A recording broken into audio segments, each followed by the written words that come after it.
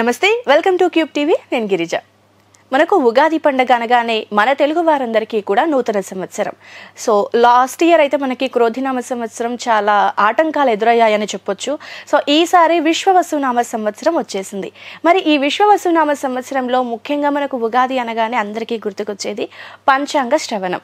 So ఏ రాశి వారికి ఆదాయం ఎలా ఉంది, అందరికీ కూడా రాశి వాళ్ళకి సంబంధించి ఏ రాశి వారికి ఆదాయం ఎంతుంది, ఖర్చులు ఎంతున్నాయి, రాజపూజ్యం ఎంతుంది, అవమానం ఎంతుంది. సో ఖచ్చితంగా ఈ విషయాలని ప్రతి ఒక్కరూ తెలుసుకోవడానికి చాలా ఆసక్తి చూపిస్తారని చెప్పొచ్చు. అయితే చాంద్రమానం ప్రకారం మనమైతే ఇక్కడ జ్యోతిష్యాన్ని చూసుకుంటాం కదా. మరి కేరళ నాడి జ్యోతిష్యులు వచ్చేసి సూర్యమానం ప్రకారం చూస్తారు. మరి సూర్యమానం ప్రకారం చూసుకున్నప్పుడు ఏ రాశి వారికి ఎలాంటి ఫలితాలు ఉండబోతాయి అనేది ఇవాళ మనతో పాటు ప్రముఖ ఆధ్యాత్మికవేత్త, జ్యోతిష్య పండితులు గురుస్వామి రాజన్ నమ్మోద్రి గురుగారు ఉన్నారు. మరి వారితో మాట్లాడి కేరళ నాడి జ్యోతిష్యం ప్రకారం సూర్యమానం ప్రకారం ఏ రాశి వారికి ఎలాంటి ఫలితాలు ఉండబోతున్నాయి అనేది తెలుసుకునే ప్రయత్నం చేద్దాం. గురువు గారు నమస్కారం. నమస్కారం. గురుగారు, లాస్ట్ రాశి వారికి వచ్చేసాం కదా. మరి మీనరాశి వారికి ఈ విశ్వవసునామ సంవత్సరంలో కేరళ నాడి జ్యోతిష్య ప్రకారం ఏ విధంగా ఉండబోతుంది అంటారు గురువు గారు? తప్పకుండా. ముందుగా శ్రీ మహాగణపతి దేవతోభ్యో నమః. చూసేవంటి వీక్షబంధుకు నమస్కారం. షష్ఠకూటమి మీనరాశిలో ప్రవేశిస్తుంది.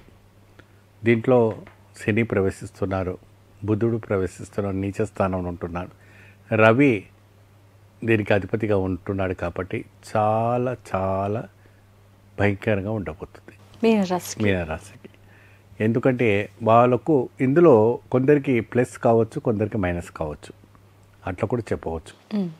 అండ్ అంటే ప్లస్ ఎట్లా అవుతుంది గురుగారు అని మీ ప్రశ్న వేయవచ్చు. కొందరు కర్మానుసార ప్రకారంగా కొన్ని ఉంటాయండి. 100%. ఆ కర్మానుసార ప్రకారం వాళ్ళు నిత్యం పూజలో, నిత్య జపంలో, నిత్య పూజలో, స్వామివారి కైంకర్యాలు, అనేక రకమైనటువంటి కైంకర్యాలు చేస్తుంటారు చూడండి. వాళ్ళకి గ్రహాల మీద ఆ గ్రహం ఎటువంటి పెద్ద గ్రహాలు వచ్చినప్పటికి కూడా వాళ్ళపైన ప్రభావం పడదట. ఎఫెక్ట్ తక్కువగా ఉంటుంది. ఎఫెక్ట్ అనేది పడుతుంది, షాడోస్ అనేది పడుతుంది తప్పకుండా, కానీ అంత షాడోస్గా పడదంట. సో ఏది పట్టించుకోరు, ఏది ఉండరు, క్యాజువల్గా ఉంటారు. ఇంకా దీనిపైన నమ్మకం లేని వాళ్ళకి మాత్రం they can suffer. They will get suffer. దానికి తప్పదు. వాళ్ళకి దానికి జపాలు చేసుకోవాలన్నా అది చేసుకోవాలి, అంత కేర్లెస్ చేసేసుకుంటారు. దీనికి ఇప్పుడు తప్పకుండా వీళ్ళు జపాలన్నీ చేసుకోవాలా, పూజ చేసుకోవాలా, హోమాలు చేసుకోవాలా, అనేక రకమైన వంటి చేసుకుంటేనే ఈ మీనరాశి వాళ్ళు ఒక అదుపు రావడానికి ఉంటుంది. లేని పక్షాన ఫైనాన్స్గా ఫుల్ దెబ్బతింటారు, ఆరోగ్యపరంగా ఫుల్ దెబ్బతింటారు, భార్యాభర్తల్లో గొడవలు జరుగుతాయి, పిల్లలకు ఆరోగ్యంగా ఉండదు, అనేక రకమైనటువంటి సమస్యలు కూడుతూ ఉంటుంటాయి. వీళ్ళని ఏంటంటే వదిలించదు, గట్టిగా పట్టుకొని అట్లాగే పీడిస్తూ ఉంటుంది ఈ రాశి కూటమి. ఓకే గురుగారు. సో మరి మీనరాశి వారికి షష్ఠగ్రహ కూటమి ఎఫెక్ట్ ఉంది, అండ్ అలాగే మనకు శని ప్రభావం కూడా పడబోతుంది అని అంటున్నారు. కాబట్టి సో ఎలాంటి జాగ్రత్తలు తీసుకుంటే మంచిది అంటారు మీనరాశి వారు?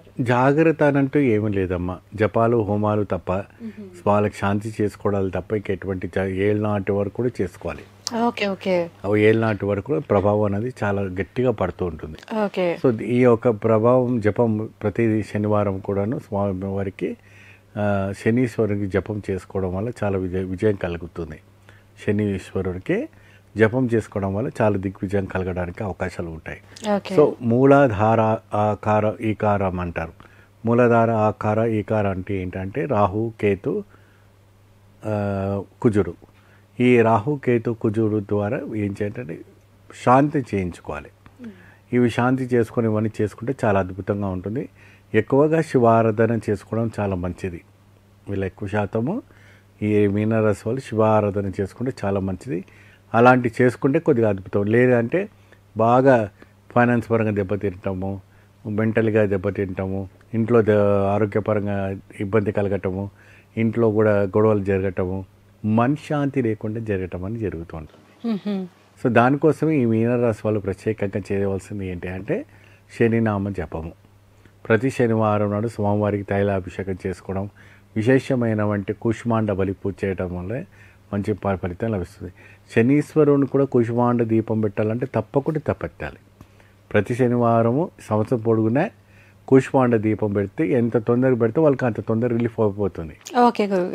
ఆ ఏళ్ళనాటి వరకు అంత ప్రభావం, అంత బాధింపు ఉండకుండా, ప్రెజర్స్ ఉండకుండా, ప్రభావం అనేది ఎక్కువగా ఉండకుండా సాగుతూ ఉంటుంది. ఓకే గురుగారు. సో మరి ఇందులో రైతులకి వ్యవసాయ పరంగా ఎలా ఉండబోతుందంటారు గురుగారు? సేమ్ అదే విధానం అంటే నష్టపరిహారం జరగడానికి అవకాశం ఉంటుంది. ఆ ఒక రైతులకు కూడా ముందుగా జాగ్రత్త వహించుకొని చేసుకుంటే చాలా అద్భుతంగా ఉంటుంది.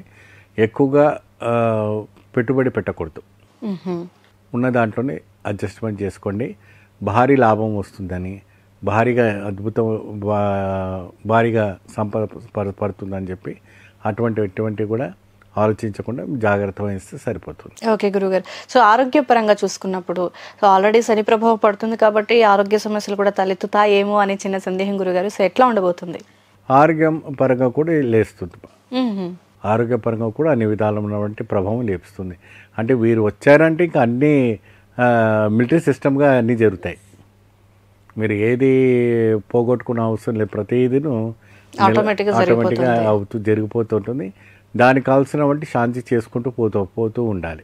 సో విద్యార్థుల విషయంలో అంటే చిన్నపిల్లల దగ్గర నుంచి కాంపిటేటివ్ ఎగ్జామ్స్కి ప్రిపేర్ అయ్యేంత వరకు కూడా పెద్దవాళ్ళకి కూడా సో మీనరాశిలో ఉన్న వాళ్ళకి ఎట్లా ఉంటుందంటారు ప్రభావం? వీళ్ళకి కొద్దిగా మందకష్టం ఎక్కువ ఉంటుందండి. మందకష్టము, బాధకంటే ఏంటంటే బాగా ఏది మనకెందుకు చదవాలి, ఎందుకు చదవకూడదు అన్న ఒక బాధ అనేది ఉంటుంది. నో నీడ్ అన్నట్టుగా ఉంటారు. అంటే మాకు అనవసరం, ఎలా జరిగేది అలా జరుగుతుంది. చిన్నపిల్లలకి అంటే 12 ఏళ్ళ వాళ్ళకు ఉన్నంత వాళ్ళకి మీద ఎఫెక్ట్ పడుతుంది. 12 సంవత్సరాల లోపల ఉన్న వాళ్ళకి ఎఫెక్ట్ ఎవరికి ఉండదు.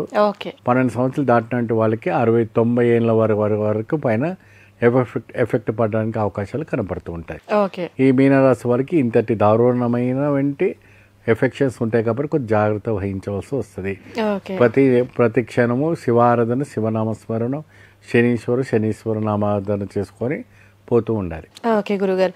సో మరి ప్రైవేట్ రంగంలో ఉద్యోగాలు చేసుకునే వారికి అలాగే గవర్నమెంట్లో ఉద్యోగాలు చేసుకునే వారికి ప్రమోషన్స్ విషయంలో ఎట్లా ఉంటుందంట? ప్రమోషన్స్ మార్పిడి ఉద్యోగం కాపాడుకోవడమే అవసరం. ఓకే, ఉద్యోగం ఊడిపోకుండా చూసుకోవడం చాలా అవసరం. ప్రమోషన్ సంగతి దేవుడే అడుగు, కానీ ముందు ఉద్యోగాన్ని కాపాడుకోండి. ఆ ఉన్న ఉద్యోగాన్ని కాపాడుకుంటే చాలా బాగుంటుంది. గవర్నమెంట్ ఉద్యోగంలో పనిచేసే వారికి నిందలు పడకుండా జాగ్రత్త చూసుకోవాలి. రీమార్క్స్ వచ్చేసి వాళ్ళని కూడా డిస్మిస్ చేసే అవకాశాలు ఉంటాయి కాబట్టి దాంట్లో కూడా జాగ్రత్త వహించాలి. ఓకే గురువు గారు. సో మరి రాజకీయంగా పొలిటీషియన్స్కి ఎట్లా ఉంటుందంటారు? ఏమాత్రం కూడా ఫలితం ఉండదమ్మా. సో ముందు జాగ్రత్త వహించుకొని ఈ ఒక చూసుకొని చేసుకొని ఎటువంటి కూడా ఇన్వెస్ట్మెంట్స్ చేయకూడదు. ఆ ఇన్వెస్ట్మెంట్ చేసినా కూడా ఫలితాలు రావు. ఓకే గురువు. సో కాబట్టి విషయాల్లో జాగ్రత్త వహించి శివారాధన, నిత్యం శని ఆరాధన చేసుకుంటూ ఉండండి. రాజకీయ నాయకులు వెలుగులకి రావాలి అవి అంటే ఎవరైనా మీరు నామినీగా మీ వైఫో, మీ అబ్బాయో, లేదంటే మీ బామ్మడితో ఇంకెవరైనా వాళ్ళ పేరు మీద పెట్టి చేయించుకోవాలి 7 సంవత్సరాల పైన. అంతేగాని మీ సొంతంగా ఎటువంటి కూడా చేయకూడదు. చేశారంటే మొత్తం లాస్ అయిపోతారు. సో మరి గురుగారు, కోర్టు వివాదాల్లో చిక్కుకున్న వారికి విజయం వాళ్ళని వరిస్తుందంటారా? చాలా తక్కువగా సూచనలు ఉన్నాయి. వాళ్ళ చేసేవంటి కర్మాల ప్రకారంగా లాభం పొందుతారు. ఓకే గురుగారు. సో మరి అంటే శుభకార్యాలు చేసే అవకాశం వీళ్ళకు ఉందంటారా మరి ఈ ఏడాదిలో? శుభకార్యం అంటే ఏదో మమానుకురమని మాత్రమే వెళ్ళిపోవడమే తప్ప దైవానుగ్రహం ఉంటే తప్పకుండా ఇదన్నీ మంచిగా జరుగుతుంది. ఓకే. సో మరి ప్రయాణాల విషయంలో ఎట్లా ఉంటుంది? ప్రయాణ విషయంలో కొద్దిగా జాగ్రత్త వహించాలమ్మా. యాక్సిడెంట్స్ అయ్యే ఒక సూచనలు కనపడుతున్నాయి కాబట్టి ప్రయాణ విషయంలో కూడా కొద్దిగా జాగ్రత్త వహిస్తే సరిపోతుంది. ఓకే. సో మరి ఓవరాల్గా వీళ్ళు ఈ సమస్యలన్నింటి నుంచి బయటపడాలి అంటే ఏ దేవత ఆరాధన చేస్తే మంచిది? నిత్యము ఈశ్వర ఆరాధన చేసుకోవడం వల్ల చాలా అద్భుతమైన ఫలితం లభిస్తుంది. మీరు ఆలయాల్లో నువ్వుల నూనె ఉంటుంది కదమ్మా, నువ్వుల నూనె దానం చేయాలి. ఓకే. ఈశ్వరునికు నువ్వుల నూనె దానం చేయడం వల్ల ఈశ్వరుని ప్రభావం కనపడుతుంది. తక్కువ అయిపోయే అవకాశం కనపడతాయి. నల్ల నువ్వులు ఏదైతే ఉందో దాంతోపాటు నల్ల బెల్లం ఉంటుంది కదమ్మా, ఆ నల్ల బెల్లము నల్ల నువ్వులు పెట్టి కూడా అక్కడ ఉన్నటువంటి బ్రాహ్మణుకు పెట్టి దానం చేయడం వల్ల చాలా విశేషమైన ఫలితాలు రావడానికి అవకాశం. సో గురుగారు, ఓవరాల్గా మీనరాశి వారికి సంబంధించి వాళ్ళు ఏ దేవతారాధన చేస్తే మంచిది, ఎలాంటి దాన ధర్మాలు చేస్తే ఈ ఏడాది అంతా బాగుంటుంది అనే విషయాన్ని చాలా చక్కగా వివరించారు గురువుగారు. ధన్యవాదాలు. నమస్తే.